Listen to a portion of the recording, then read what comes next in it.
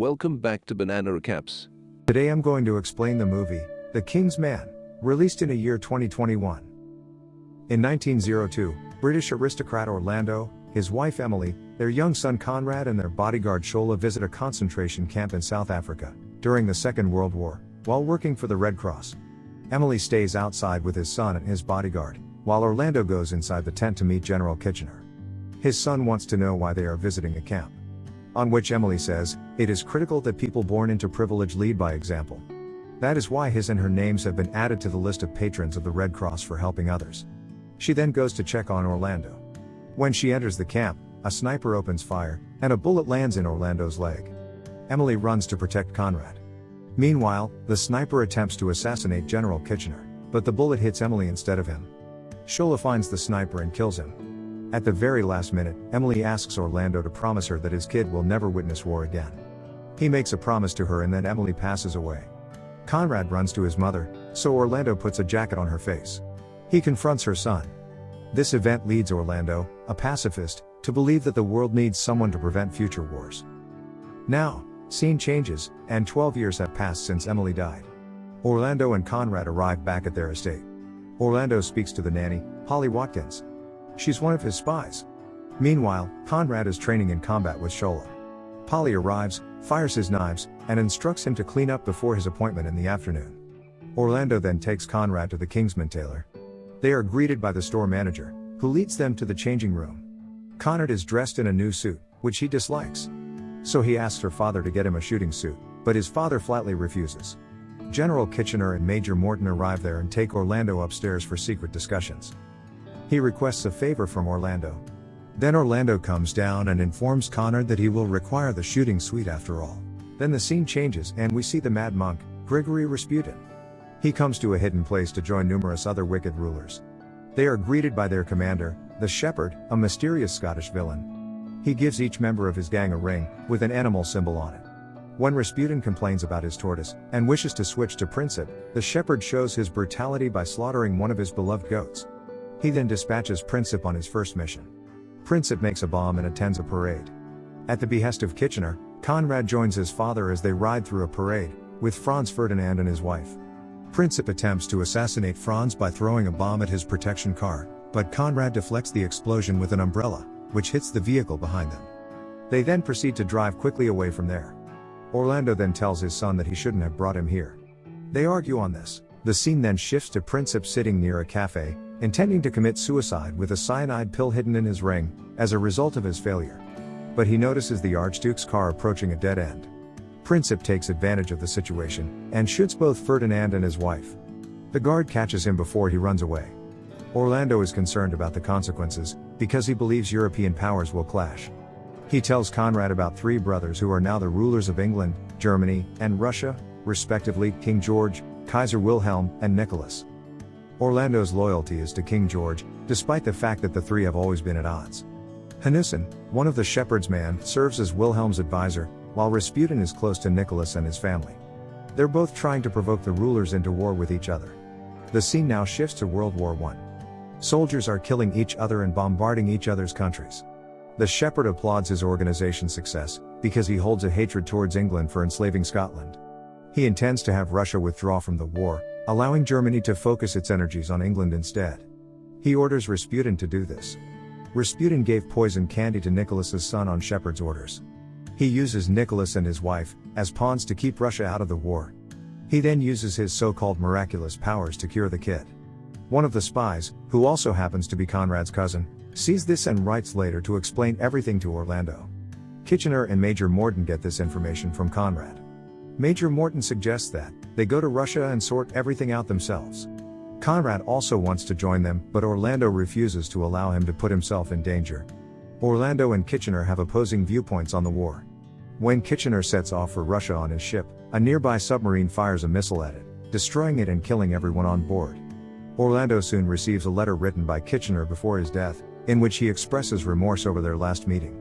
Conrad is angry at his father for always being overprotective. They are both emotional. Orlando then apologizes to him and takes him to his office. There he reveals his secret headquarters, where he meets Polly and Shola. Polly welcomes him into the club.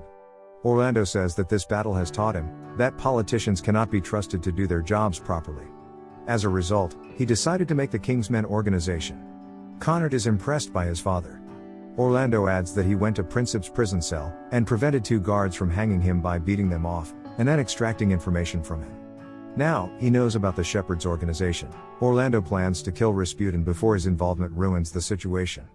Orlando also reveals that he was a skilled killer and killed many innocent people who were only defending their homeland. The crew heads to Russia, intending to get Conrad to play into Rasputin's desire for young men, before duping him into eating a poisoned Bakewell tart.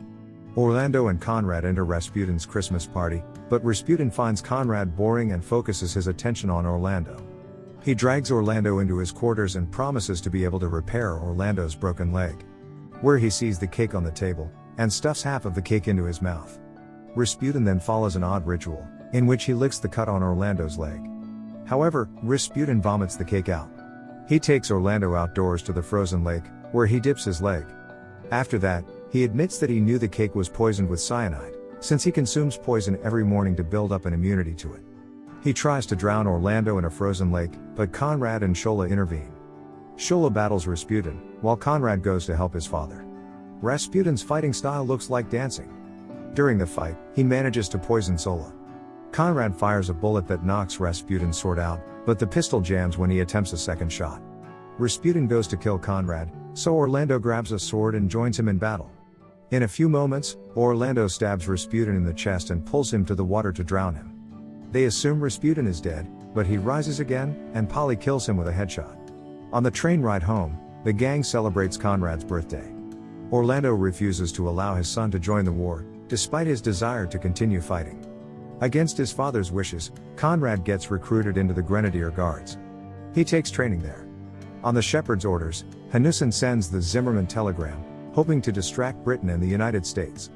Later, Polly encrypts a telegram from Wilhelm's secretary, in which they attempt to persuade Germany to join forces with Mexico in an attack on the United States.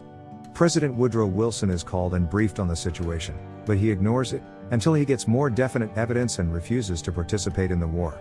Conrad swaps places with Archie Reed, a soldier, and takes his role on the front lines. Conrad joins the fight against the German army alongside other British and Scottish soldiers. A British army spy dashes toward them, but is knocked out by a bomb. The soldiers are told by the commander that they must collect the informant's body and the items he was carrying. Conrad joins 5 other soldiers in a quiet encounter with the Germans. They attack each other, and are nearly murdered by a giant German with a hammer, but the giant German is shot by a British soldier, resulting in both sides starting a fire and dropping bombs. Conrad flees to safety and comes face to face with the spy, who just got his leg blown off. Conrad cries as he realizes he has now killed many people and that he should have listened to his father. He is calmed by the spy. In the morning, Conrad escorts the spy across the battlefield. When the Germans notice them, they shoot at them, but the British army fires back.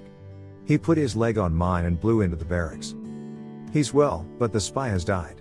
Conrad delivers the item that the spy was carrying. When he informs the general that his name is Archie, a soldier comes ahead and claims that he is a friend of Archie's, but Conrad does not look like him.